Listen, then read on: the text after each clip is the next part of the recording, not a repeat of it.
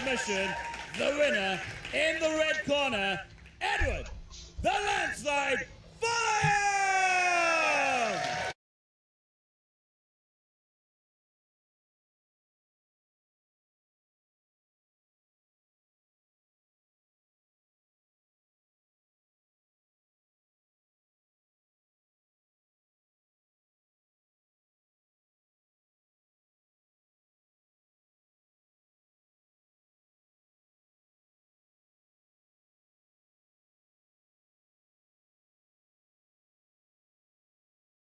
He could walk. Also a respected boxer in Slovakia, he moved to Thailand to train with martial combat superstar Ole Baguio Lawson. He is known as the Piranha due to his deadly striking ability in the cage. Standing at 176 centimeters tall and weighing it at 72 kilograms with a professional MMA record of 2 wins and 2 losses from Slovakia and representing the legendary and respected Legacy Gym, it's Egon, the Piranha Racz!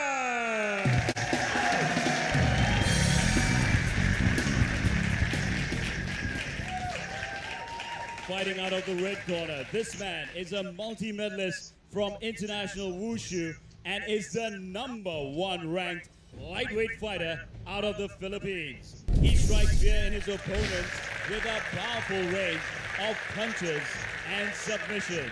He stands at 177 centimeters tall and weighs in at 70 kilograms. With a professional MMA record of 6 wins and 1 loss, he is the Philippines' undisputed lightweight champion. From the Philippines and representing URCC,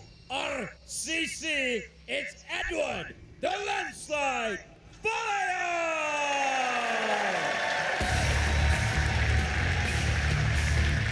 Welcome once again to Resort World Sentosa in Singapore for Martial Combat. My name is Steve Dawson. Alongside me, my co-commentator, Ray LB, who we'll see fighting in this very ring 1 month from now. But for now, it's Slovakia against the Philippines. Egon Racz in the black shorts against the Filipino, Eduard Folayang.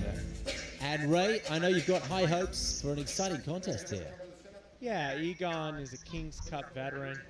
Lost a decision to the #1 Muay Thai fighter in the world, Kim Fairtex. So I think if this fight stays on the feet, it's going to be an exciting fight. Obviously, Eduard's going to look to use those hip throws so famous in Wushu Chinese kickboxing. But I anticipate fight of the night offers here.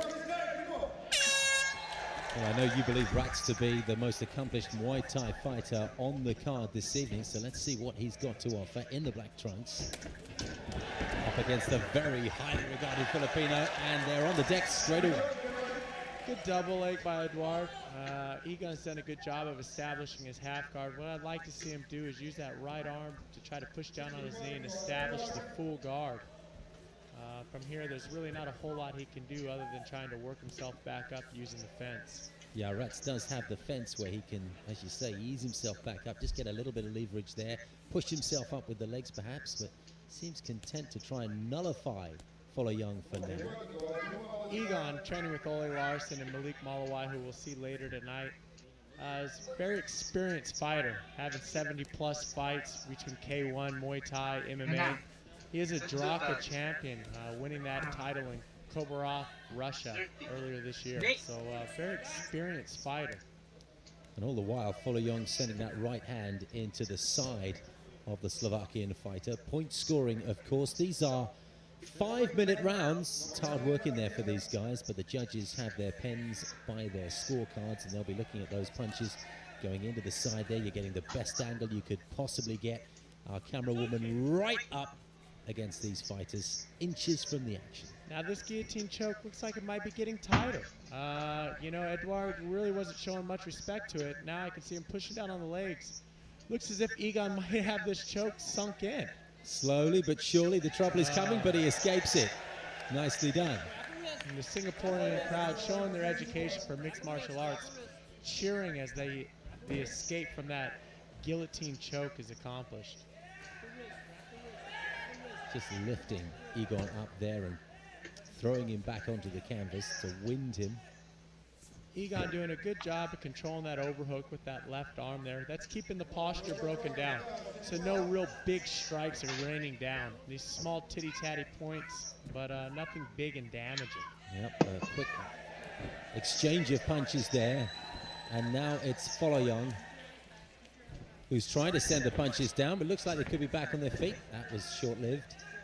Egon back into the half guard. You can see Ole Larsen working tightly in the corner, giving him good instructions. Like to see Egon work with that left arm underhook. There you go, working that underhook now, working himself back up using the fence. Back into the full guard here, Egon. Their heads rub against each other. A surefire way of getting a cup to open up on the face there, but no damage done so far as we can see. Both fighters busy down there, aren't they? They're throwing punches as well as trying to gain a grappling advantage. Egon doing a good job, though, keeping his hips forward. Those body shots, while they're scoring points, minimal as far as damage earned. You know, it's not like that's going to be a devastating strike to a guy that's got 70-plus fights. Yeah, these guys are in great shape as well, so a punch to the midriff doesn't do quite as much damage as it might if it landed on me. One or two of them, they're dangerously low. You cannot punch below the belt. But the referee didn't step in. While Eduard's staying busy, I'd like to see him try to pass the guard here. He really isn't displaying much grappling ability. Coming from Alvin Aguilar's gym, I'm sure he's got great grappling abilities. I'd like to try to see him try to advance position and not just be content to stay inside of the guard. But he is doing all he can to throw as many punches down as he can while he's in this on-top position. Really working hard to free his hands and rain down the punches on Egon. And there's a big one. A right hand followed by a left and another right. Egon needs to try to work back into his half guard if he can. He's controlling his posture right now by wrapping both arms tightly around his head. But unfortunately, Eduard's already passed to that side control position. He's got that right arm underhook. Egon working his way back up on the pommel. Looks like that head caught, Ray. That looks as if it could be tough on the neck. Any chance of a submission? There it is. It came. It was so damaging the way he held that neck there, really pushing it forward. You could see the potential for a submission coming. And just as I asked Ray if it was about to come, the tap out came. And as Egon walks away, there's a nasty cut on the left-hand side of his face, just below the eye, I think. We didn't recognize that until after the bout had finished. Eduard improves to 7-1.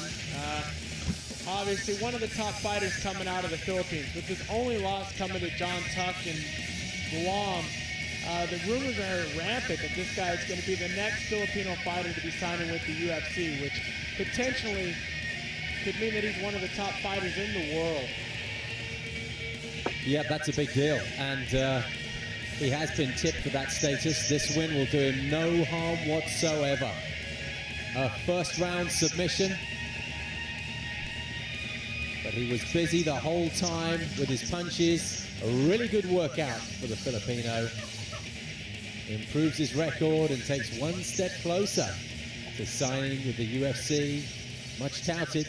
These Singaporean fans have enjoyed it. With 22 seconds remaining in round number 1, and by way of Guillotine.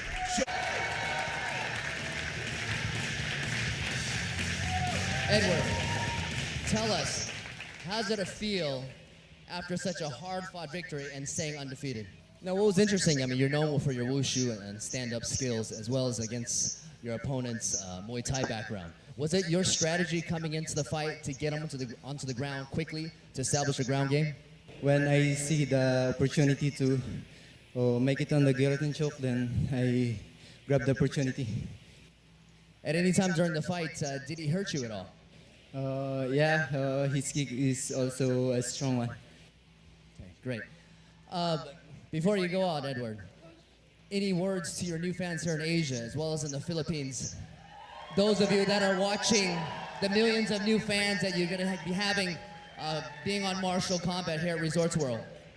First of all, I would like to thank God for the victory, to the Filipino people, and to the ESPN who make this event possible. Also to my sponsor, Zero Tolerance, Chris Sport, Shape Up Boxing, Chris Sport, Javier Flores, and Reynolds Pangiliban. Also to my teammate, my coach, Mark Sangyao, I would like to thank him for helping me out. My teammates, Team Lakay. Congratulations again, Edward. Ladies and gentlemen, Eduard Folayang.